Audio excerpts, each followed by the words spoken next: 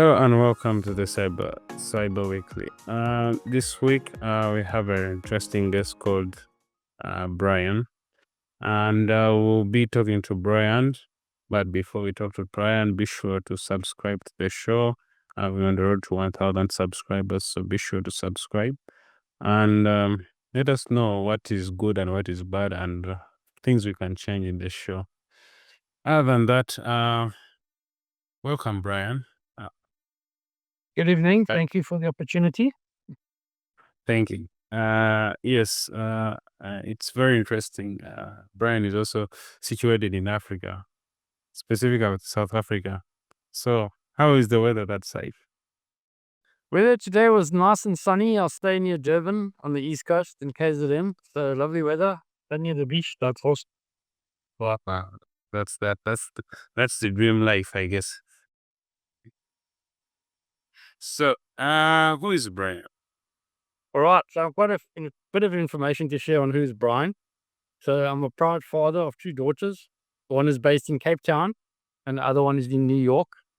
And I'll fly out on Thursday actually to go and visit my daughter in New York for about 10 days.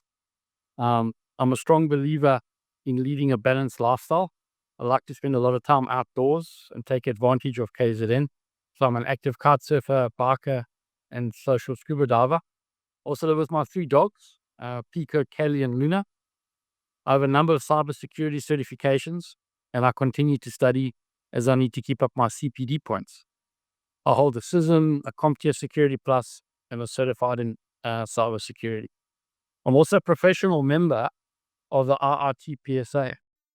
Now, the IRTPSA is the Institute of Information Technology Professionals. It's a professional body that encourages professionalism in the industry and engages with stakeholders. I relaunched the KZN chapter for the IRTPSA in 2017, and then the Special Interest Group in cybersecurity in 2021. And I still serve on both committees.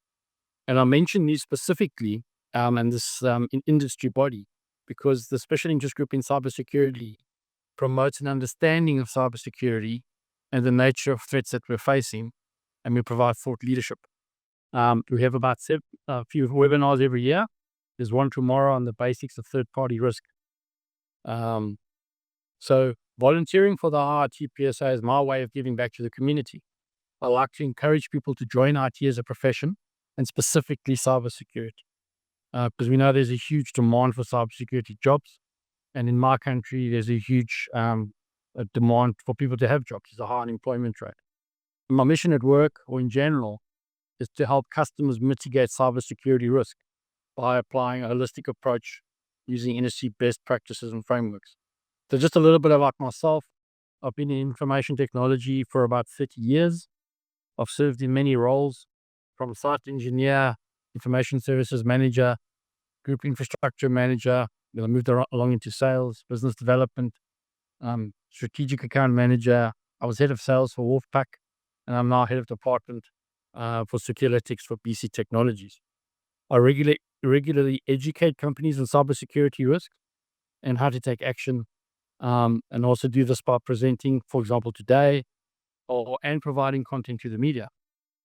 I've been fortunate to be involved in many projects across the time and delivered infrastructure services over my working career to about 7,000 users in several countries.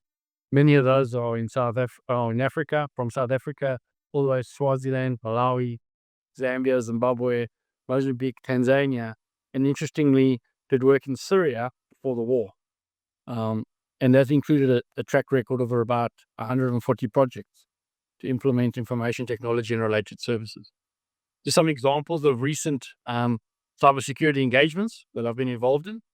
We've done risk assessments for customers, penetration tests, CISO consulting, remediation assistance, secure code reviews, ISO 27001 assistance, help with data privacy, third-party risk assessments, awareness training, cybercrime training. We've also did work for the cybersecurity framework for government, as well as security operations. That's it. Not a mouthful. Sorry about that. Because I was going to ask you now, what does your job represent as head of department at Securelytics? It'll be a short answer. Yeah, go on, go on. Okay. So head of department Securelytics. It's a brand new department in BC Technologies. It was only officially launched in March of this year. So my job is to lead the team, grow sales, deliver to existing customers, find new customers, and develop and mature cybersecurity services. We've got a security operations team and a network of consulting resources and partners. We can also do governance, risk, and compliance work. And our goal really, it's all aligns very closely to my personal goals, is to create value and reduce risk. And very importantly, we want to make a difference to our customers by helping improve their cybersecurity posture. So our services are a mix of consulting and specialized platforms and products. An example could be Ngobi and Black Kite. There's some services very quickly that we offer. There's virtual CISO services, managed detection and response, advanced endpoint protection, penetration testing, risk assessments. Very key is to protect backups from being interfered with when a ransomware attack happens, third-party risk management, digital forensics and incident response, and then also 27001 certification assistance. Yeah, interestingly, not too long ago, you talked about third-party risks. There's a blog post you put out there for third-party risks. How deep does it usually touch you about third-party risk? Sorry, just repeat the question. Of recently, you talked of third-party risks. You actually put out a post. So I'm wondering how does it impact you? Like, why do you find it as something key for an organization to take seriously? Okay. So if you think about it, if you think about most organizations, they've got cybersecurity defenses, and everybody knows that they need the basics. So you might have firewalls for perimeter security. You might have identity and access control. You could have antivirus on your desktops. You could have end user awareness training, EDR, all sorts of things that we call various, that all defense in depth. So think of your organization as like a big fortress, and you basically secured it against outside threats. The third-party suppliers are allowed to come into your organization and have access to all sorts of services within your organization. So they can have access to your people, your process, your systems, your data. So the question is what kind of risks are these third-party suppliers bringing into your organization? How seriously do they take risk? And how are you controlling what they access to? And it's very important to think about what kind of assurance can they give you that you are protected from them and their staff from third-party supplier risk. And there's great platforms that you can use. For example, you can scan them using a platform like Black Kite. And there's a fantastic report you can get called a ransomware susceptibility index. It will scan external facing internet assets using open source scanning. And you can just see how seriously these companies take security. You can also discuss with them, help them remediate the issues, and you can also monitor them on an ongoing basis. And if you look at third-party supplier risk, it's in almost your top 4 or 5 issues most times when you look at all these threat reports. How did people get in there? A good example is if you Google a fish tank. It's a funny example. So a fish tank was installed in a casino in America, and they plugged the fish tank in. It had some IT connectivity and devices, but they didn't think about security. But the people were able to hack into that casino via that fish tank, via its unprotected connection into the internet, because it wasn't secured. This is just an example. Another good example is the Stuxnet attack. I'm not going to go into Stuxnet in detail, but that was introduced by third-party suppliers, having access to control systems and putting in a USB device. Yeah, yes, definitely. There's a lot of issues concerning third-party risks. Also a good classic one would be the SolarWinds one. Oh, there you go. Yeah. Yep. So yeah, Colonial pipeline attack. Yeah. So, in 2020, that is when you began your certification journey from Security Plus to CISM, which is in 2023. How was your journey been? So to be quite honest, it was very tough. Because starting to study again wasn't easy. I'd had a bit of a gap between studying, and I had to really knuckle down and become quite disciplined. I'd set some goals. A key goal was to get the CISM certification, but I decided that I would study as much as possible and prepare for that. So along the route, I said, okay, let me get the Security Plus from CompTIA. I also then did the certified in cybersecurity for IRC squared. And then I read as much as I could get my hands on. I did a lot of networking on LinkedIn and basically immersed myself in cybersecurity. I set aside study time in the mornings. I tried to do 2 hours every day. I also connected with many local and international leaders in cybersecurity. And I actually find LinkedIn is very useful to get information. I did a number of courses on Udemy. I looked at things like ethical hacking, ISO 27001, CISSP boot camps, web security, PCI DSS. Then I also looked at the official ISACA material. Obviously, the manual is great, but then they've also got the questions and answer database, which I use for my final preparation for the exam. And then also being exposed to people in cybersecurity was invaluable to see the practical aspect of how it works. And I met many highly skilled individuals, professionals, and managed to work with them in terms of delivering services, and then also attending industry events.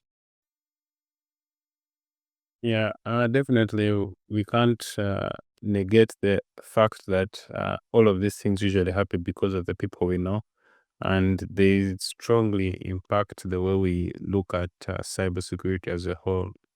And specifically, 2020, why did you start then? Okay, Uh, so 2020, yeah.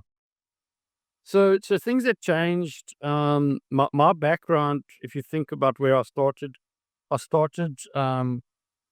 a site engineer, worked my way up and to site manager, infrastructure manager, and then I ended up in sales. So initially, my focus and background and speciality was everything around IT infrastructure. So I was managing large outsourced services for large accounts and managing the sales process and everything around delivering those outsources. And then various things changed within my customer base.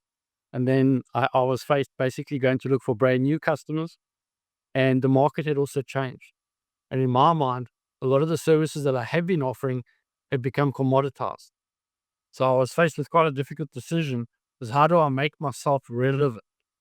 And I did a lot of thinking, and there were three areas that really interested me. One was cybersecurity, one was data, and one was cloud. So I thought, okay, a good friend was in cybersecurity in my company at the time, and I was very interested in what he was doing, and he encouraged me. So he said I should start to get into that, and then I started studying that. And since then, I've just been studying and learning as much as I can nonstop. Interesting. You hinted on you being in sales first. How has that background actually helped impact your cybersecurity, especially when it comes to communication of risks and all that? So sales definitely does help. So sales, to me, the way I like to sell is about engaging with customers and then listening to them. So it's really around like a consulting-led engagement, trying to understand what their challenges are. And also, a lot of customers don't have a very high level of understanding. So I spend a lot of time trying to educate them on the threats and how these can affect their business. Um, and it's also very important for me to try and understand who the target audience is and the level of maturity. Um, so I try and take them on a level of understanding, and every customer is also at a different level of maturity in terms of whoever I'm engaging with. So if I'm engaging with an IT person, they've got a high level of understanding. If I'm engaging with a business owner or financial manager, they have a very low level of understanding. So it's also very important to tailor your message um, to the audience and make sure that you getting the message across in terms of their level of understanding. Um, Cybersecurity is also grudge purchased, and it's not something people get excited about spending money on. So I try to make it real, focus on real world practical examples of what I call high impact scenarios. So examples are ransomware, data breaches, business email compromise, and third party risks, as we've discussed. I also try and speak in language that they can understand. And I think the problem we have in our industry, in IT and cybersecurity, is that there's a lot of jargon, three-letter acronyms, and people really, they may nod and say they understand, but they don't really understand. So I try and translate it into simple to understand language. And then the other challenge we have is what I call the perception gap. The perception gap is where customers think they are and think that they've got a lot of defenses and that they're very well protected versus what they actually have. And in a lot of cases, their environment is nowhere near as secure as they think. And that's also why, you know, trying to educate them about best of breed frameworks, best practice, is important to make sure that there's no blind spots.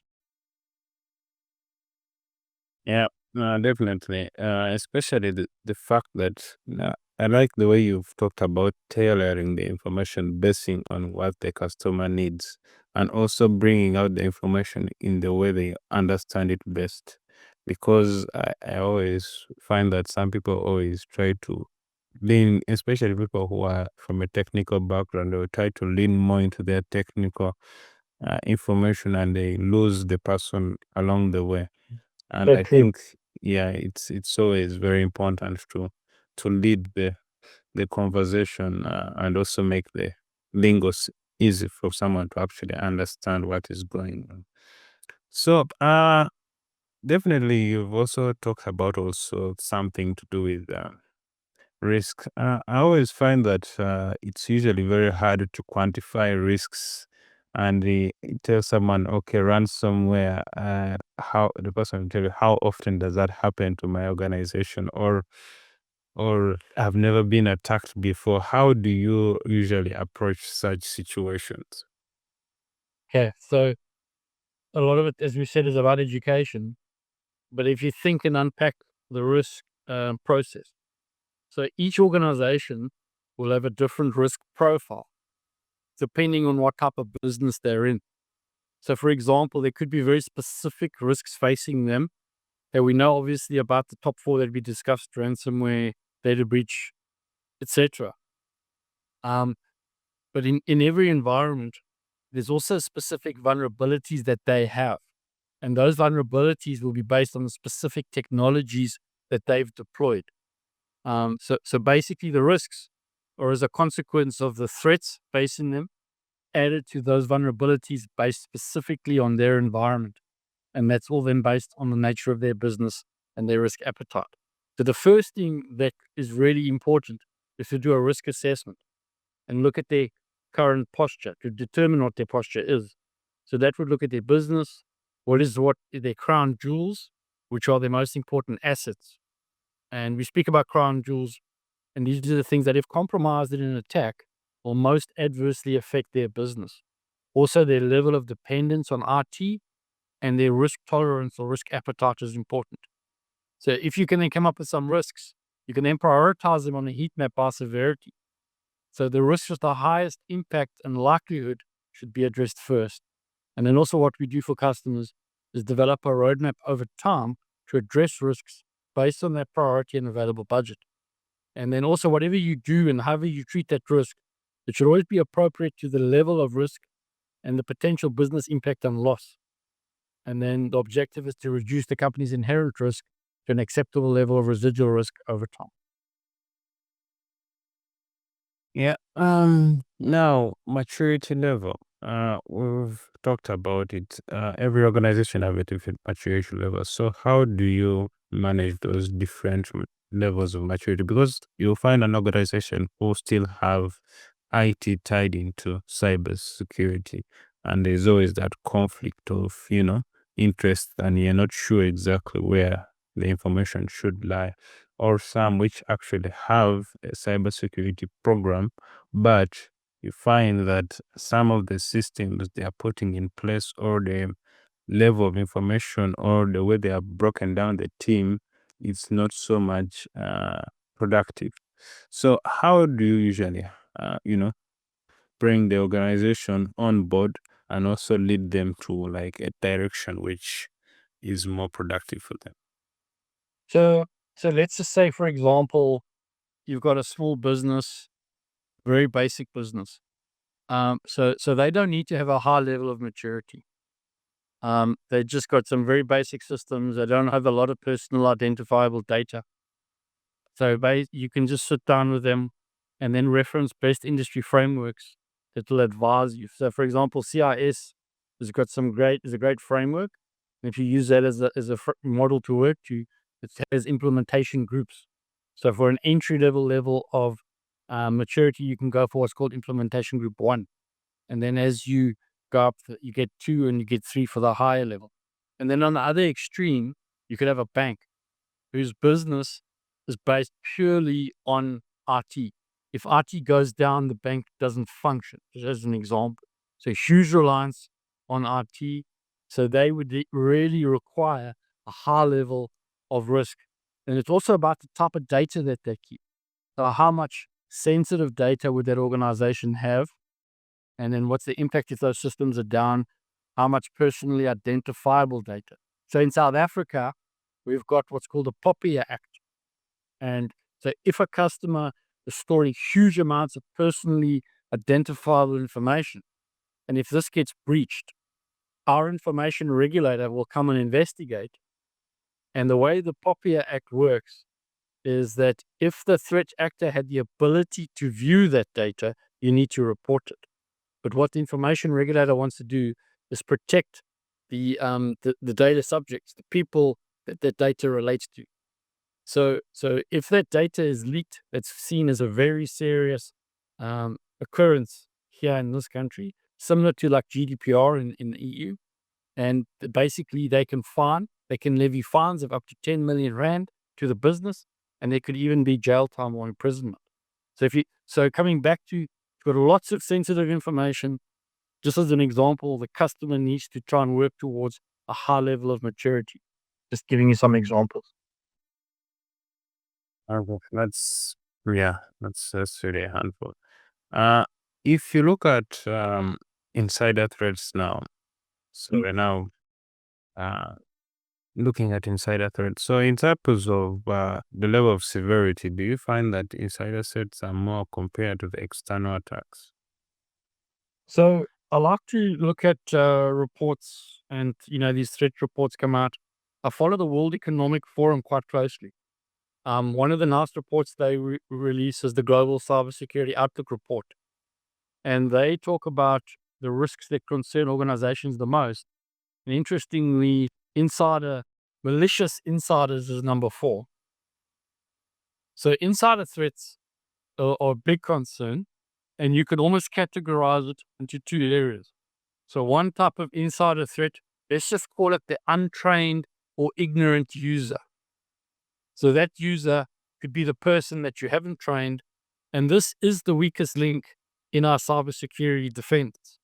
That untrained user could go and click on an email, open up an attachment, or click on a link on a website, capture their details, and those details then can be used because it's not the real website, or you could download a malware and install a ransomware.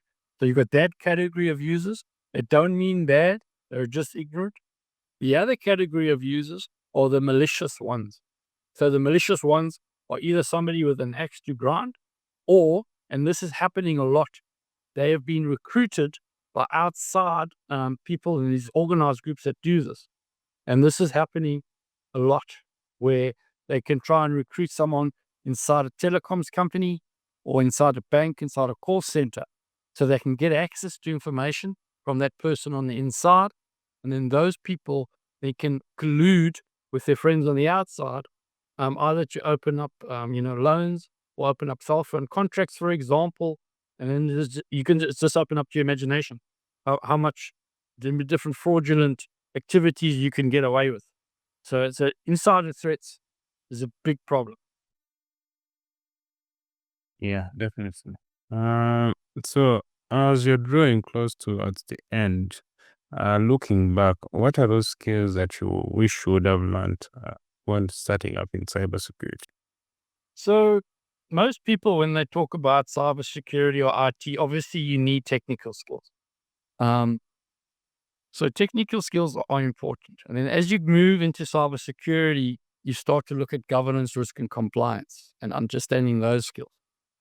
And then you start to also say, okay, maybe you need some management skills. But I would say the most important skill is the one that we don't always think about is our people skill. Is how effectively can we manage the customer? Can we manage our team? Can we manage the messaging? So also think about, like, in my journey, I think it was very important to understand where I was in terms of my level of people skills and working on my emotional intelligence and being sensitive to the customers, being empathetic, thinking about what are their emotions, how best can I relate to them, and how can I effectively communicate to them in language they can understand, which we've discussed. The other thing I've also experienced is that if you're helping a customer that has been breached, and you don't always think about it like this, because I'm calm, I'll go in there. Let's just say the customer now has been ransomware. Their business has come to a halt. The managers are shouting at them. Business has stopped. They're in panic. They're worried about their job. They're not in a good place. So emotionally, that customer is a mess. So I think it's a special skill to try and take some time out and not just look at it as like, oh, hang on, I'm just giving him a service. It's almost like a doctor treating someone with a bad injury. You've got to give them a good bedside manner in terms of how you're going to help them get through that emotional stress and reassure them and take them to a better place emotionally. Yeah, definitely. There's a lot of EQ which is required most of the time for such situations that people don't take seriously. They focus more on the technical and they forget that at the end of the day, you're going to work with people. So you have to understand how to work with people. What advice do you give someone starting up in cybersecurity, especially in terms of cybersecurity risk? How does someone move from a junior to actual leadership positions, because it's usually hard. Apart from obvious the main one, which is definitely the soft skills, what are those other things that you find are very key ingredients? So, and I listened to a colleague. He did quite a lot of talking around this, and his advice was to specialize in an area and find something to be really good at. So if you think about that, if you started out as a SOC analyst or you started out somewhere, obviously you need to become proficient at what you're doing. So you'll need certifications. Those certifications are good. I also noticed that a lot of people just go for vendor certifications, and that's great. But I'm going to also suggest you look at vendor neutral certifications, things like EC Council, CompTIA, ISACA, ISC Squared, the list goes on. And then very importantly, put in the time, get the right experience, and immerse yourself in all sorts of types of scenarios. Also very important to find mentors and people that you can learn from and look up to. And if you really want to be good at something and succeed, the best way of doing that is to hang out with the people that are doing that and to get people that are positive influence and that you can learn from. Another important thing is if you think about these two areas. So there's management that you might want to move into and then ultimately become a leader. So there's lots of training around that. But management is about planning, organizing, and controlling. And often what we'll take a technical person and promote them to be a manager, but you haven't given him the right training, and often they battle because they have no clue how to go and do those basic management functions. And also as they grow, they might have a team that they need to lead. Now, leadership is very different to managing. It's coming back to your EQ point. How do you manage people? How do you get the best out of people? But ultimately, leadership is about influencing. And the best way to influence people is to lead by example and to find the right leadership style that works in a particular situation or organization. Yeah. Thank you for that. Any parting shots? Thank you for all the conversation you've had, especially when it comes to I like the way you break down things and, make them less technical, and also you have a way of, communicating all those information. Not so much, it doesn't feel overwhelming, and also it comes from also an informed perspective. You have done your research, definitely. That's, I guess, why you're good at your job. So, any parting shots for someone? Parting If they Yeah. have to find you, was there a specific place they can find you? Is there any information you can be sharing with everyone, in the community? Supporting shots. So firstly, it's been great to meet you. It's the first time we've met. I was surprised out the blue. You said, would I like to come on your podcast? I've presented many times, but I've never been on the podcast. So that's my first time. Thank you so much. I really appreciate the opportunity. And it is aligned with my goal, my personal goal of educating around cybersecurity. So thank you firstly for the opportunity. Um, in terms of keeping in touch with me, the best way would probably be LinkedIn. I'm pretty active. They can find me on LinkedIn. And if people want to reach out, they're welcome to send me a message.